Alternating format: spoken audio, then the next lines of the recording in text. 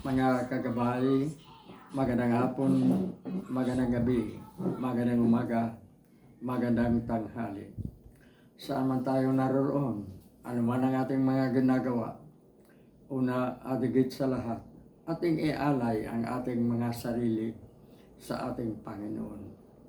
Sa loob lamang ng ilang mga sandali, ating damhin ang presensya ng Diyos. Sumasa atin ang pagpapala, ang biyaya, ang pag-ibig, at ang kapayapaan ng Ama, ng Anak, at ng Espiritu Santo, na bubuhay at naghari, iisang Diyos, magpas sa walang hanggan. Mga kagabay,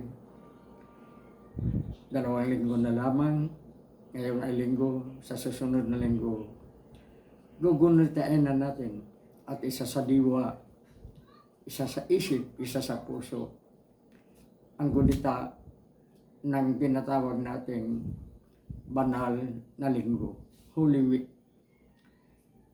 na magbubukas sa pagpasok ni Jesus sa Jerusalem at magtapos sa kanyang kamatayan na nakapako at namatay sa kanyang krus. Ang susunod na linggo, kung hindi tayo nakakamali, ika-29 ng buwan ito ng Marso, ay ang kauna-unahang people power sa sanlibutan.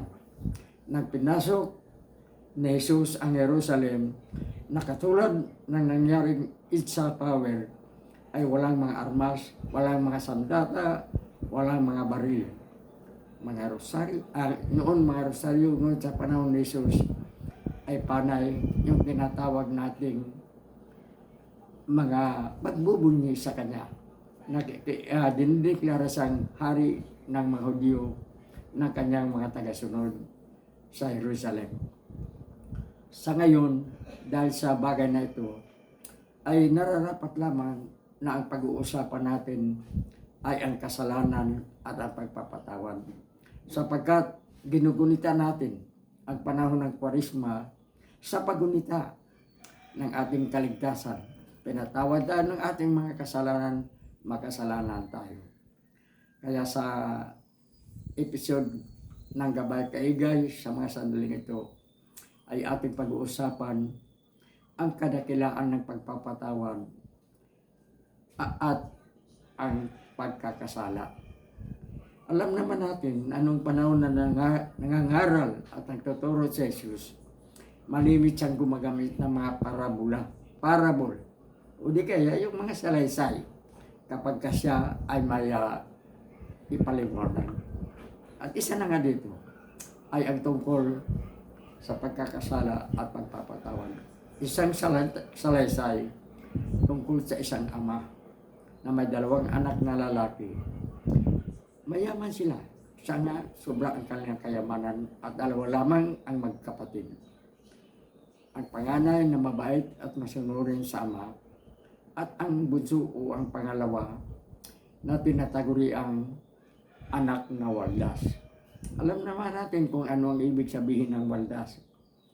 Walang kimikong gagastos, maluho, ang pera o kayamanan ginagamit sa hindi magandang paggagastos. At ito ang ating salaysay sa episode ng Gabay Kaigay sa mga pagkakataon ito. Itong anak na waldas, ang pangalawang anak, ay isang araw, sabi niya sa kanyang ama, kukunin na kanya ang lahat ng kanyang mamanahin at siya ay lalayo at hindi na magpakita kailanman sa kanyang pamilya. So ang ama, napakabait, mapagmahal sa mga anak, ibinigay ang kahilingan ng anak. At lumayo ang waldas na anak at ito ang namumuhay ng sarili. Ngunit dahil nga sa walang nalalaman kundi gastos dito, gastos doon, dumating ang pagkakataon na naubos ang kanyang minanang yaman. Naubos, walang natira. At hindi niya alam kung ano ang kanyang gawin. Lalong-lalo na nang dumating ang isang malawakang tagtuyok sa bayang kanyang kinaroroonan. At dumating ang pagkakataon dahil sa wala nang makakain at gusto pang mamumuhay. Napilitang maghanap buhay, ngunit wala siyang nakitang hanap buhay para sa kanya kundi ang mag-alaga ng mga baboy. At dumating sa punto na kumakain na siya kasabay ng kanyang mga alagang mga baboy. Ang kinakain niya ay ang mga kaning baboy na. At dito niya naisip ang kanyang malaking pagkakamali, ang kanyang pagkakasala laban sa kanyang ama. At ang sabi niya sa kanyang sarili, nagsisisi siya, ang sabi niya, uuwi na lamang ako sa amin. Babalik ako hindi bilang isang anak, babalik ako bilang isang alipin. Maghahanap ng trabaho, magmamakaawa o mabuhay. Hihingi ng kapatawaran. Ayan ang kanyang iniisip. Sa kabilang dako naman, ang kanyang ama ay habang walang anak, halos araw-araw, umaga, tanghali, hapon, dapit hapon, maggabi, magdilim na, nasa bubong ng kanilang bahay. Nagbabaka sakali, umaasa na babalik ang anak na nawawala. At hindi siya nagkakamali. Isang araw, tanong na tanong niya ang kanyang anak na papasok sa kanilang bakuran.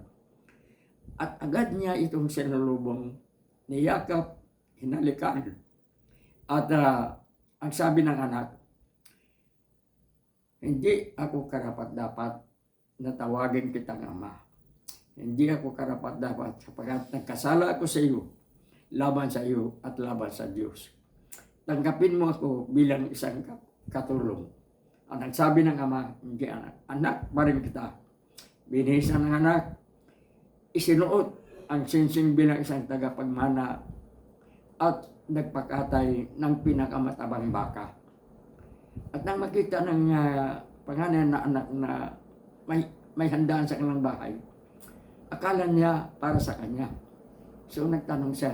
At nang makita niya ang kanyang ama, ay sabi niya, Tay, ano mo kaya tang may handaan sa atin? Ang sabi ng ama na buong kagalakan, anak, magdiwang tayo sapagkat nagbalik ang iyong kapatid. Ang iyong kapatid na nawala, muling nakita. Ang iyong kapatid na namatay, muling nabuhay.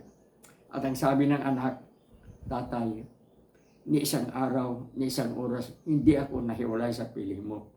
Inaalagaan kita, tinulungan kita, nagpakabait ako. Ni isang sisiw, hindi mo nagawang ipaghanda ko. Anak, sa mga nagdaang taon, nagdaang mga araw, nagdaang na nandito kasama kita, kung ano ang nasa akin, nasa iyo. Ang kinakain ko, kinakain mo. Ang mga kasuutan mo, katulad ng mga kasuutan ko. Ipagdiwang natin ang pagbalik loob, ang pagsisisi ng iyong kapatid. Mga kagabay, nagsisisi ang isang makasalanan, ang isang waldas na anak. Naglalarawan sa mga katulad natin na nagkakasala laban sa kapwa, laban sa ating mga magulang, laban sa Diyos. Ngunit nagsisisi, nagbabalik loob. At ang amang maawain, ang amang mapagmahal ay ang ating Panginoon, ang ating Diyos na nagbigay ng kanyang buhay alang-alang sa kapatawaran ng ating mga pagkakasala. Si Jesus na isang tunay na Diyos, nagiging tunay na tao alang-alang sa ating kapatawaran. Mga kagabay, sinabi nga ng Panginoong Hesus, ang pagbalik loob, ang pagsisisi ng isang makasalanan ay ipagdiriwang ng buong kalangitan. Sa madaling salita, nakahanda ang Diyos na papatawarin ang sino mang magsisisi, ang sino mang magbabalik loob, ang sino mang patay na muling mabubuhay. Tandaan mga kagabay, isa sa diwa natin, isa sa isip natin, at isa sa buhay natin. Ang anak na makasalanan, ang amang mapagpatawan, sapagkat tayo yan at yung ama ay ang Panginoon.